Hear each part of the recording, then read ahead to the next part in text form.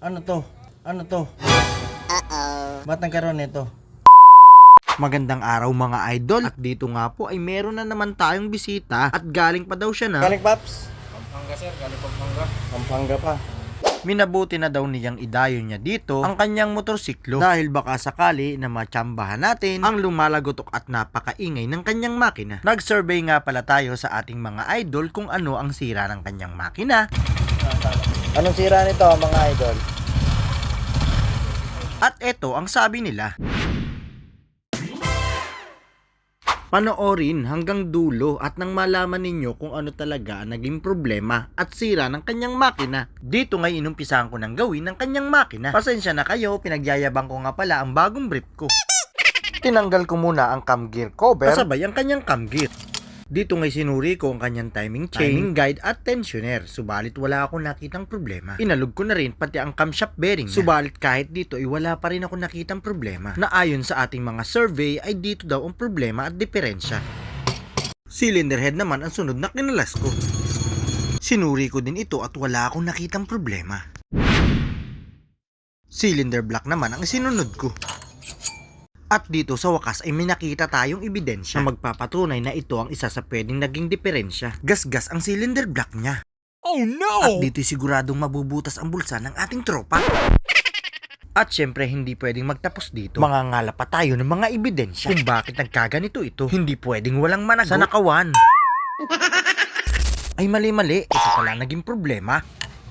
Baliktad ang kabit ng piston.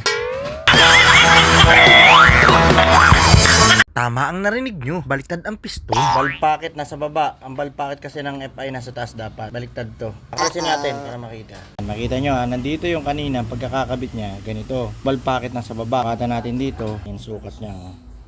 Yan. 32 mm. Sa kabila naman, susukat tayo, ikutin natin. 33 dito. So, dapat mas malaki ang sukat nung exhaust kumpara sa intake. Yan, nakikita nyo ba? Nakikita nyo yan. Nakikita nyo yan. 33. Sa kabila, 32. So, baliktad ang kabit ng piston. Kaya umiingay. Gasgas. Yan naging problema. At pagkatapos ito'y may nakita pa tayo. At ayon nga sa pagsisiyasat ng Soko, narito ang ebidensya.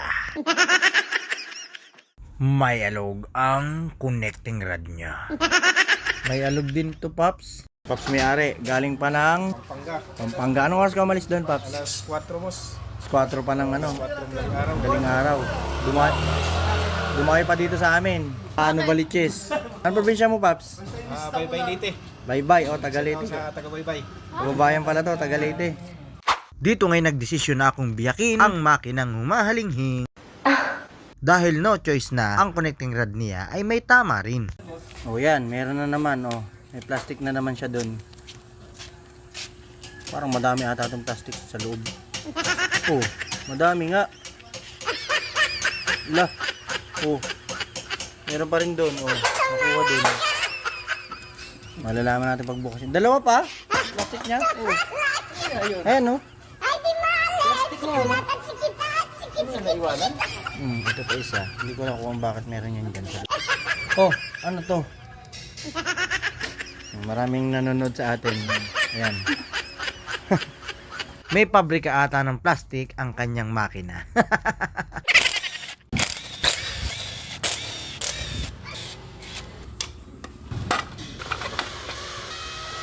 Sa pagkakataong ito ay tuluyan ko nang biniyak ang makina ni tropa at binutas ko na rin ang bulsa niya. At dito ngay may maririnig kayong musika. Aray ko! Mga idol, ito na yung bagong Conrad kit, tapos ito yung pin. Ayan. Tingnan nyo ha. Wala na naririnig oh. Wala na dyan lumalagat na. Goods na yan. Iniinitan ko nga pala ang kanyang crankshaft at nang sa ganun mas madali nating maipasok ang kanyang crankshaft. Hindi pwedeng paluin ito sa pagpapasok dahil maaaring mawala ito sa tamang balanse. Okay?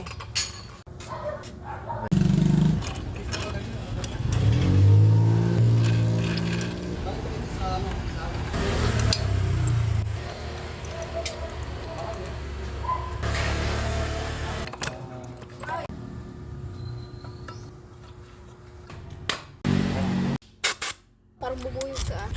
Ano ba yan?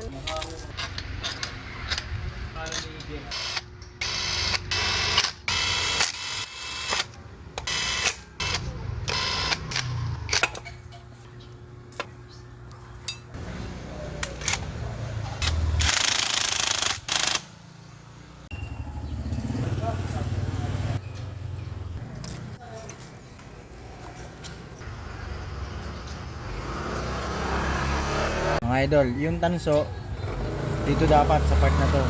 Hindi pwede dyan, hindi pwede dyan, hindi pwede dyan. Dito dapat.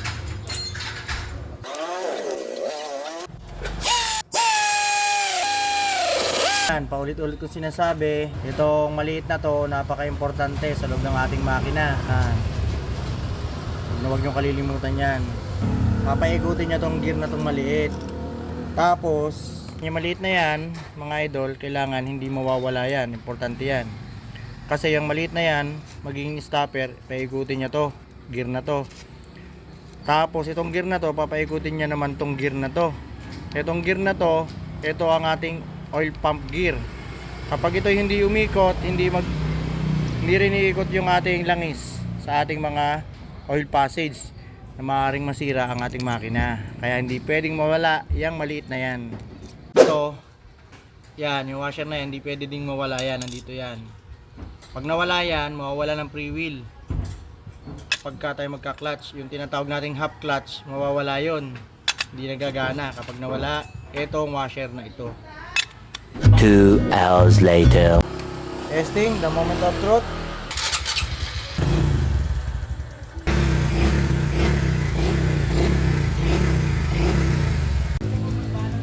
Okay na.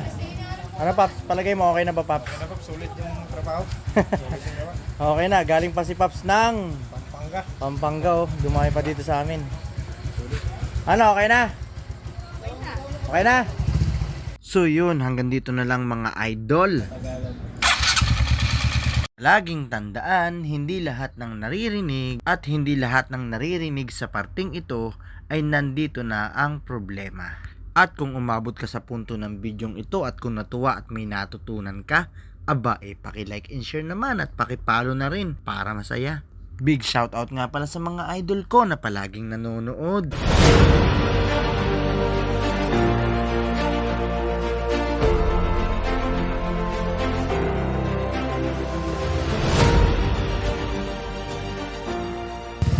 Paps!